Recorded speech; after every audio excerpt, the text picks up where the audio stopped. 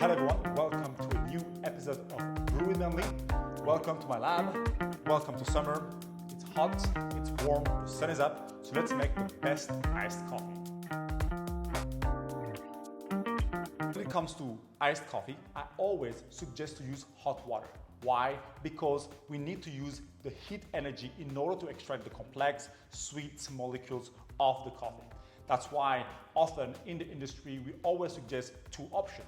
The first is the flash chill option where we are brewing our coffee hot like usual and then chill it very quickly. However, this option is quite expensive to reproduce at home.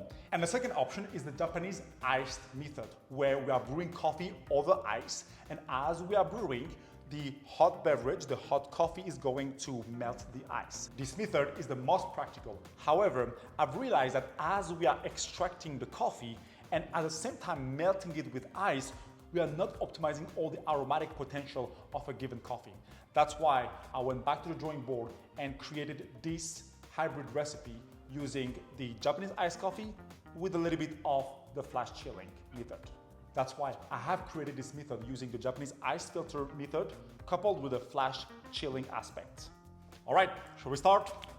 For this method, you are going to need 16 grams of coffee, ground medium, like the way you will do a classic large pour over. And the selection of the coffee here is very important. I suggest to use natural or natural anaerobic, something with a heavier texture. Traditionally, people say to use darker roast or heavier flavors. However, the reason being that often with a colder coffee, we are losing the texture.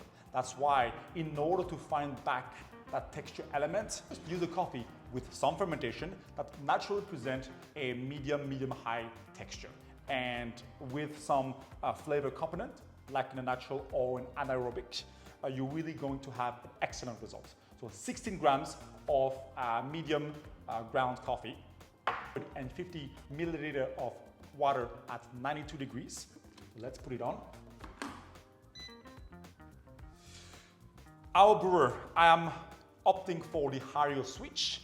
Use the brewer that you have. If you have the Clever, use the Clever or the classic V60 or any brewer. But here I'm going to switch between the pour over and the immersion mode. 70 to 75 grams of ice made with the same water. That's very important. And about 3 regular ice cubes here. 72 to 73 grams of ice. 30 milliliter of water, just water, same of course. And your favorite cup. Let's start. All right, let's start by rinsing our filter. As usual, remember that the quality of your iced coffee starts with the quality of the coffee first. So pick the coffee that you like, pick the coffee that you love, and pick a high quality, beautifully sourced, beautifully roasted coffee. That's the best way to have a nice iced coffee. This coffee is wonderful. You have nice fresh raspberries, pomegranates, some florals, and a nice chocolate on the taste, on the finish. So it's really important to use complex and nice coffee, especially naturals that can have sometimes more, either too funky or too burnt. So it's important to use a great coffee. As you notice here, I'm not adding my ice yet. Yes, we're going to add our ice later on because ice is amazing.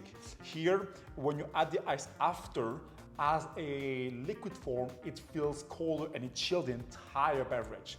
Versus when you add the ice first, when you are brewing over ice, the melting process takes a little bit of time and it covers all those aromas, which end up with a lukewarm beverage that you put over ice once again.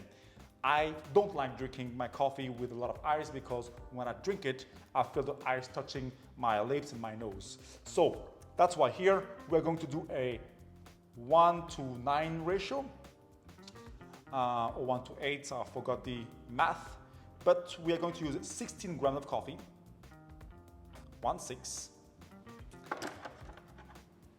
for 150 grams of water at 92 degrees. The first pour is a 50-gram pour on a drip mode. So our classic pour of 50 grams. We're doing some YDT. And after our 40-second mark, we are going to close the valve and add the remaining 100 grams of water until we reach 2.5 minutes. That's how I elevate the texture of that coffee, by coupling the cleanliness, the crispiness of a pour-over, plus the texture aspect of an immersion brewer. 40-second. You have a very nice concentrate that you can dilute with ice cube. And why 30 mils of water? Well, that's just for the strength purpose. I'll suggest anywhere from 20 to 40 milliliter of water here. So here we're just going to wait for, until we reach 2.5 minutes. In the meantime, it's really important to talk a little bit about the recipe. So I started first with a 15 to 150, and I've realized that on my iced coffee, I didn't get enough flavor intensity. That's why I upped it to 16 grams and 150. I also tried with a final grind size, but it started clogging. Using the Seabury's filter can be a good option, but here I use a classic Cafec paper filters and with a slightly more medium grind size. I got inspired from my recent trip to Asia, where it was really, really hot in the southern hemisphere. So that's why, as it's getting hotter here in the northern hemisphere, I want to bring this inspiration from making it a hot concentrate first, and then adding the ice cube later on. And it should drip in about less than a minute. So about 3.5 minutes, we should be good. Iced coffee doesn't taste like regular coffee, and don't expect all the flavor notes to be found in the iced coffee. But you should have at least 1 or 2 main flavor components that you will find in your iced coffee. That's why I'm really not a big fan of cold brews, because you don't have any of the flavors. All right, 3 minutes 28-ish. We are good. Now we have our 70 grams of ice. Using a combination of big and small ice cube can be good to help melt it further. And here it's really important to wait until all the ice cubes are melted. It's important to wait until all the ice cubes are melted here. And you can already feel it's so cold. It's very interesting because when you brew it over ice, it's not that cold. But when the ice melts, it really chills the entire beverage. Magic. All right. Whenever I hear less of the cling, cling, cling, cling, cling, oh, so cold. Now I add my 30 mils of water, just plain water. Now just for strength purposes, okay? You don't have to add it, but basically what I made is 70, 30, that's 100.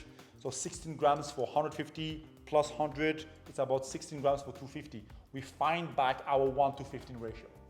That's the idea. Now, no ice, no chilling, no, just pure coffee. Of course, chilled.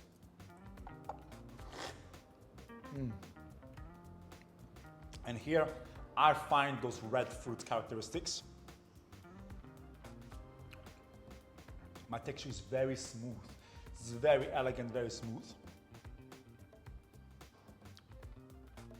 The acidity is, the acidity is very sweet, very round and jammy. It's not like a super bright acidity, but the more balanced and toward the sweetness aspect. You feel, of course, almost a raspberry syrup sweetness with this coffee.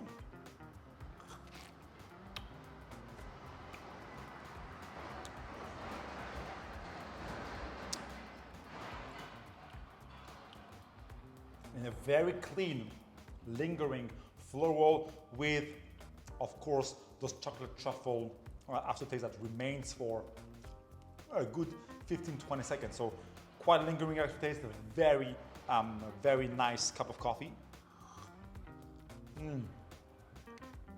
So sweet, so sweet. That's the only iced coffee that I can finish. So the idea, you got it, right? We are using the Japanese iced method. We're taking the ice apart. We are brewing our concentrate, adding the ice later on and some water for strength to create that flash chilling aspect. So we are mixing and hybriding. We are mixing the Japanese ice method and the flash chilling method for this unique Memli method. So remember, 16 grams of coffee, 150 grams of water at 92 degrees, pour on a Hario switch with 50 grams, pour over 100 grams immersion up to 2.5 minutes. Then adding 70 grams of ice cube, 30 mils of plain water at room temperature, mixing to chill and enjoy. Let me know what you think about this recipe. Try it at home. Use different kind of coffee. I only used one washed and few naturals, and the naturals and the anaerobics are excellent with this recipe. Thank you so much for watching. Don't forget to comment, like, subscribe, and share this video with your coffee friends. And see you next time for more coffee.